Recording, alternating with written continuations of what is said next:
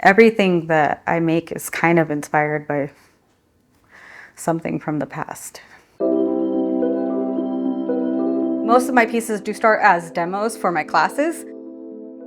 I do start with a really kind of loose idea of what I'm doing. So I will do a really loose sketch and I will look at like outside sources. Like I'll show classes like, okay, these are things from the past that have been done before, and this is what I'm going to do loosely.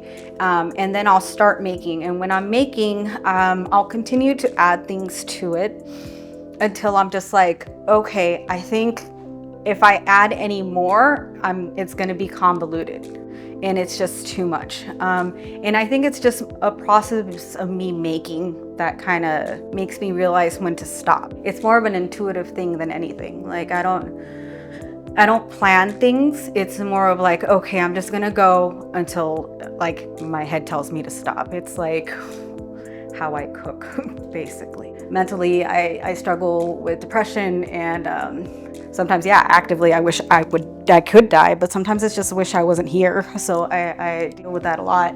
So like even pieces like the one on the wall, it's more like of a gnawing, repetitive thought that you can't get rid of. And it's just like repetitive and always in your head, and it can't shake it out, you know? And it's just like things like that like, it's really hard to kind of talk about, but it's really easy for me to kind of just, you know, poke my fingers into clay and it kind of comes out.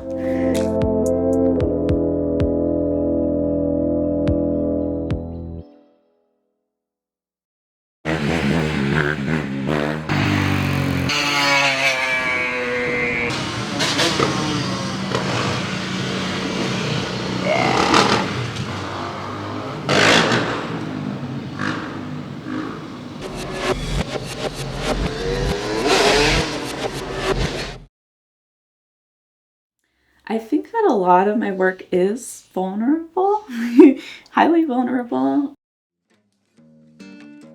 I think that's the thing that leads everything that I do in my art. It's my main form of expressing my emotions with people who are like not necessarily in my like circle. I think I started with just like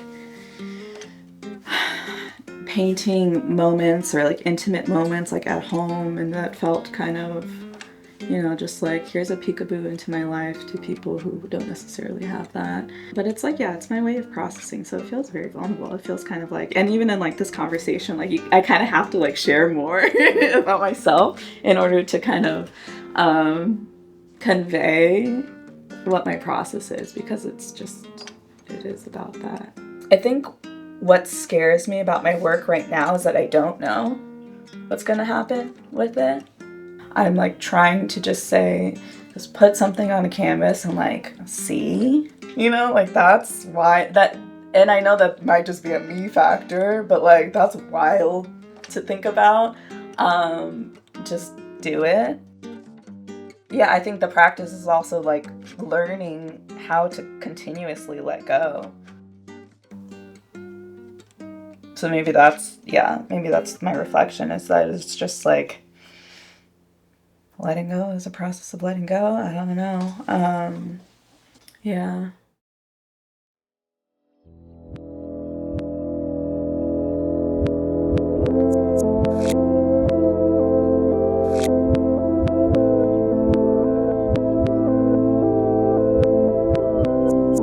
I describe my practice as a practice of bridging between time, worlds, and space. A lot of my practice is rooted in Korean shamanism, which is very much anchored in spirituality through ancestral connections, bridging the past, present, and future. And in a way, it's like paying tribute to where we came from so that we can contribute to what is coming ahead of us. A practice of figuring out where your roots are from, I think, can really help us, you know, move forward in the right way.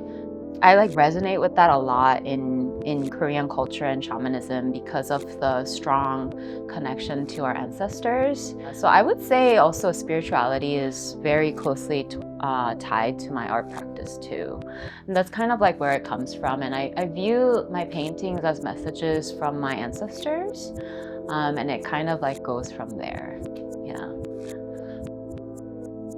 My family and I immigrated to the Bay Area from Korea when I was 10.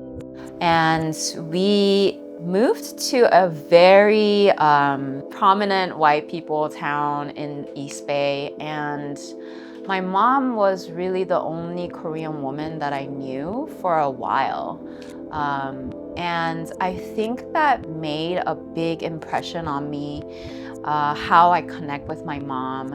And also my aunt, my mom's sister, is an artist. She's a ceramicist.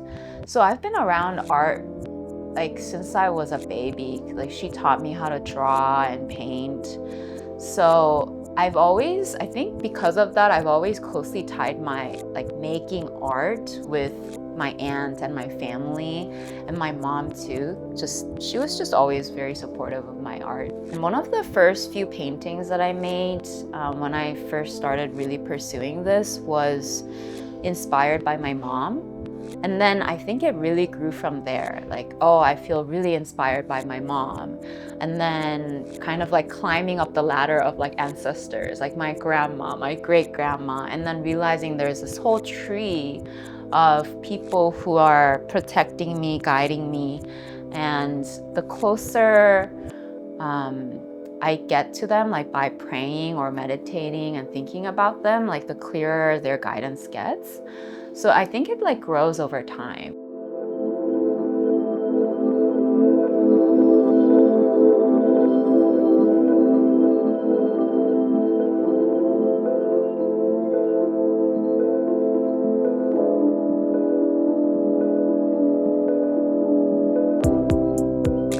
A clown doesn't have gender.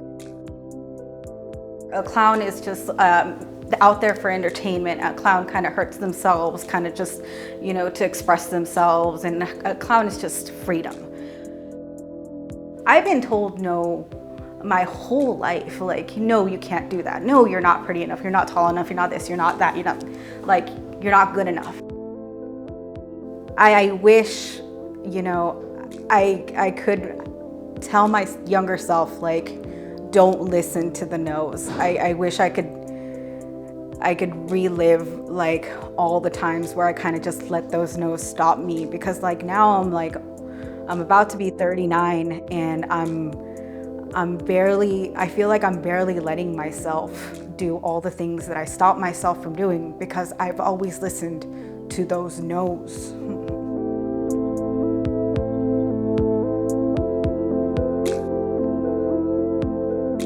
My mother was a very, like, you need to be thin, you need to look this way, you have to have your hair long, you need to look a certain way to be a good woman. My whole life. I was in a diet since I was 9 years old.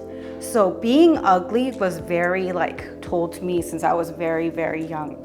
So there got to a point when I was like, I want to say 13, where I was just like, I'm just gonna lean into ugly. I'm going to start piercing myself. I'm going to start shaving my head. I'm going to start doing all the things that you say are ugly. And I think that I wanted to carry that with everything I did.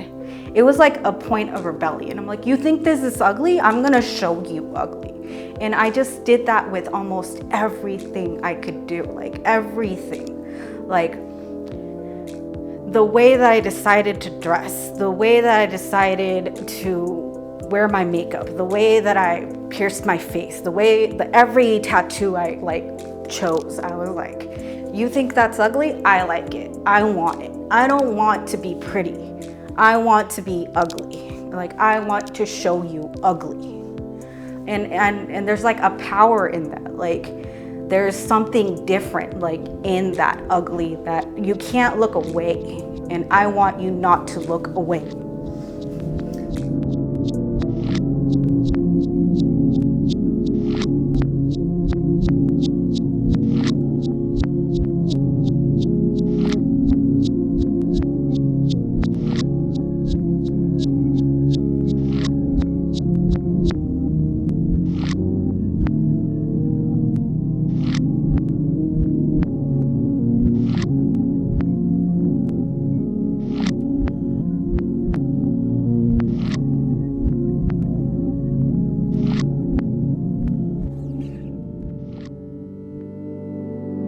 Solitude is something that I felt like for a while.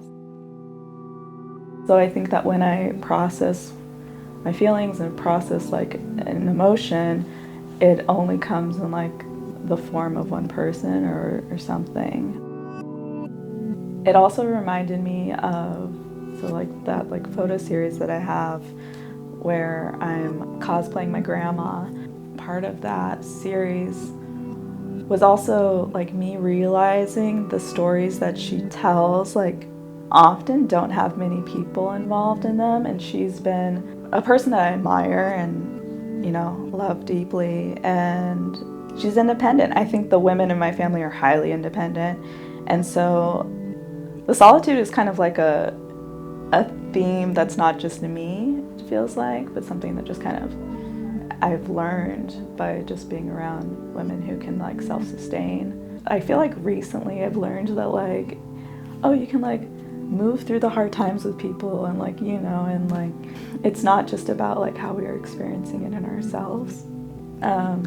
So I don't know, maybe things will change with that, but for a lot of my life, and like I think, yeah, with my pieces, it's very much me kind of like being in my own world. So I think it does like have that feeling of solitude. And like, I don't think I've felt like that is something that I purposely do, but I can see how that is, you know, how that happens.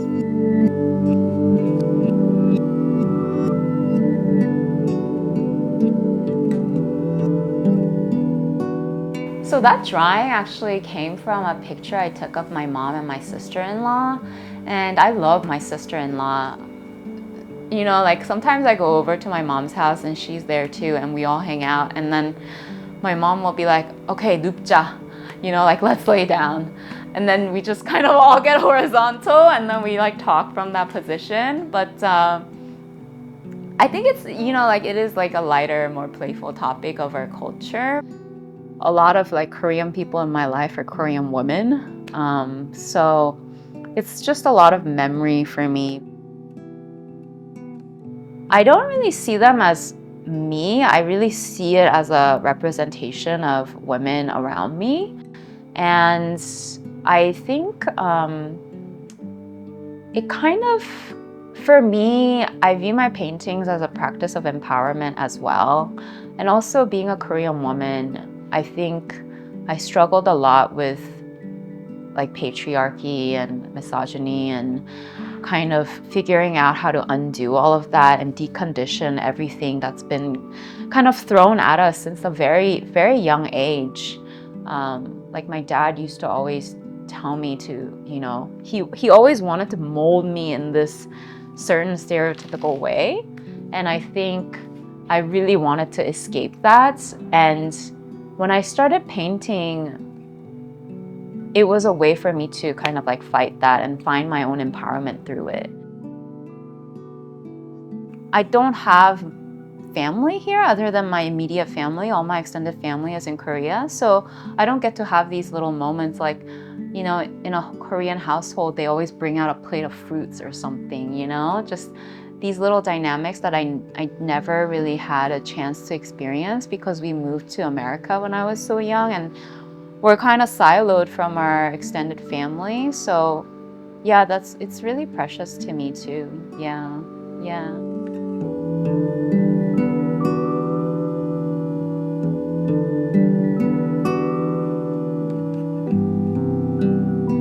All the bad kids have silver teeth and sticky fingers. All the bad kids have silver teeth and sticky fingers. All the bad kids have silver teeth and sticky fingers.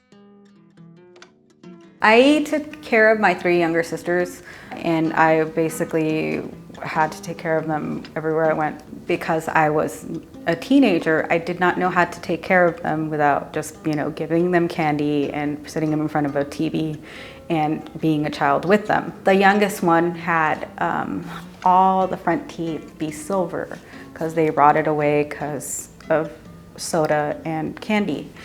That always like rang out in my head when I was like a teenager, like all the bad kids have silver teeth and sticky fingers. When I took my first jewelry class here in 2019, I just started making silver teeth, and I was just like, I don't know, like I need to keep making these silver teeth. Like an ode to the bad kids. I always tend to lean towards the bad kids. Like I'm always like, hey bad kids, let's go do something else because you're not listening to anyone else. Let's go for a walk. Let's go over here because you're not gonna pay attention to anyone else. I always feel for them because I know that they're the ones in the worst situations. Like I know that they're bad for a reason, you know, they're not because they want to. They're bad because they're seeking attention. I don't know. I have to look out for the bad kids. Yeah.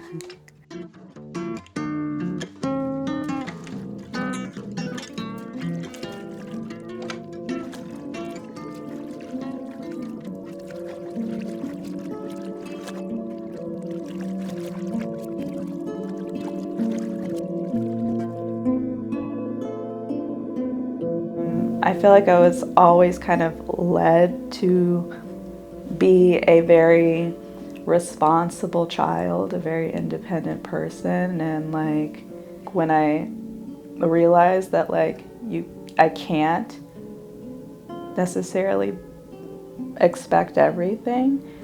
I mean, there's a freedom, it's just like a fear and a freedom in that. So much of my life I've had a plan of what I wanted to do. It's kind of like just my life journey, but like plan of what I wanted to do, executing the plan, and then things just change. Like allowing for that flexibility, allowing for the unknown has been scary but freeing. All things are gonna fall apart, you know, like even the things that we want to like stick together, these will like fall apart. So it's nice to like see the process actually a little bit quicker. I feel like I was always kind of led to be a very responsible child, a very independent person, and like it was my role, you know. It was kind of like it feels like I was mom number two. Just responsibilities that you shouldn't have as a kid. You kind of like learn how to know what to expect, plan out things, and make sure that things, you know, are safe and guided, and just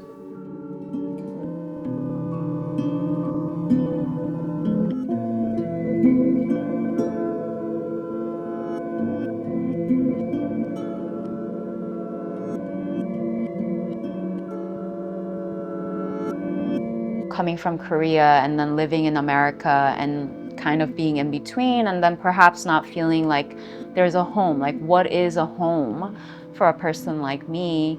And really, it's like inside of me. And like, I think that's why I also meditate and pray a lot, because my home, like right now, is kind of like in my heart. And there's a specific place that I go to where all my ancestors are there, like my inner child is there, my, you know, my spirit animal, my tiger is there. And so that's kind of my home right now. And I think that kind of comes out as these like different landscapes, because it is like within these like very earthly environments when I go to that place in my heart. So I think that's kind of like where I found home to be, like coming from so many different sources. I think of my creative process, my art practice, as a duty in this lifetime. Like I'm meant to do this here in this lifetime, so I need to devote myself to this practice, and that's a priority.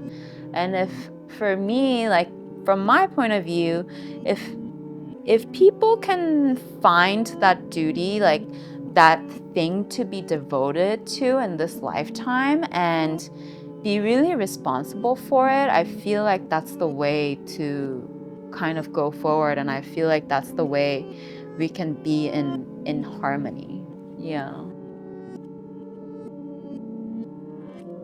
But I think, you know, talking about the practice of the act of bridging, you know, maybe my art practice is that bridge that kind of like connects both worlds together. And I'm creating this realm that's specifically of my own that exists in between that other people can resonate with.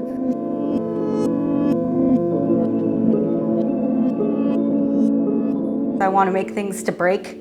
I want to break this cycle of abuse that I grew up with as a child. I want to say that my art practice has helped me heal a good amount. I used to be a really quiet and anxious and scared person, and the more I make, the louder and crazier I get. I like to say that I express being Black and being queer because I am, and innately my work should be that. The queerness is just like, I don't know. My art's gay. I don't know. I don't know what to say. It's just, it is because I am.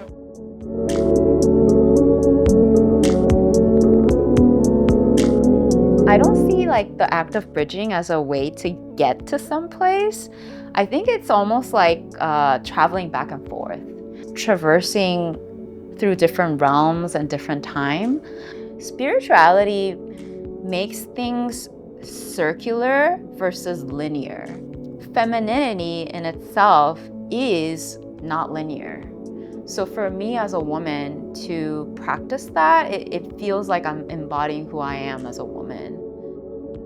Being devoted is what I'm doing and how I'm living my life. Devoted to my practice, devoted to my people, devoted to myself. So that's kind of like a word that I carry, and I think that's kind of the role that I'm playing. The things that feel like they have that friction or that like whatever explosive quality to them, those are the things that I think are uniquely me, uniquely part of my journey. So I guess, you know, the more stuff I throw out there, the louder I'm gonna get. So look out, world.